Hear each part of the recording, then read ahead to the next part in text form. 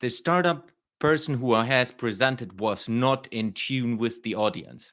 And I will go back later what that is with the human innovation part. So, not in tune with the audience was a key part where I've seen there's a person that is kind of rattling their presentation and is not connecting with the audience.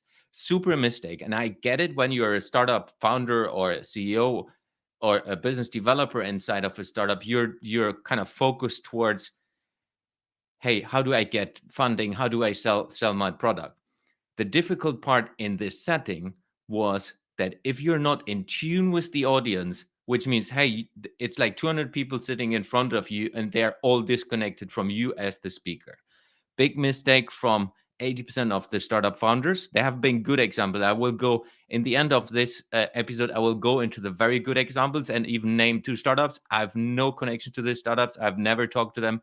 I have only the name. I've even not looked them up on the website, but these are the two startups I remembered and that have stood out for me with their stories and how they did it. So, not in tune with the audience.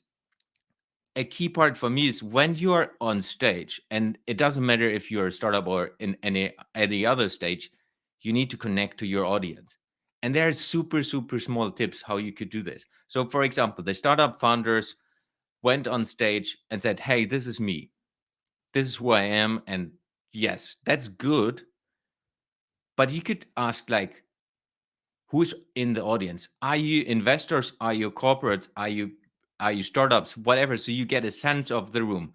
Because what they all did, they pitched towards investors. And I get it because you want to get investments.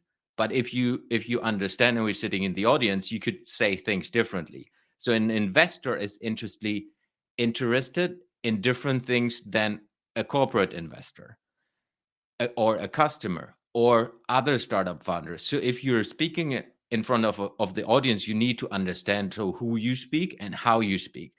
So asking this question will enable you to understand and see the room. So you understand, okay, it's 50% of startup founders, it's 80% whatever investors, and it's 20% of corporates or whatever. So if you're able to sense this early on in the beginning and then it's investors, then you can do the investors pitch. But if you understand it's only 2% of investors and the rest is companies who might be interested in buying your service if you're a B2B startup, you could pitch that in a completely different way.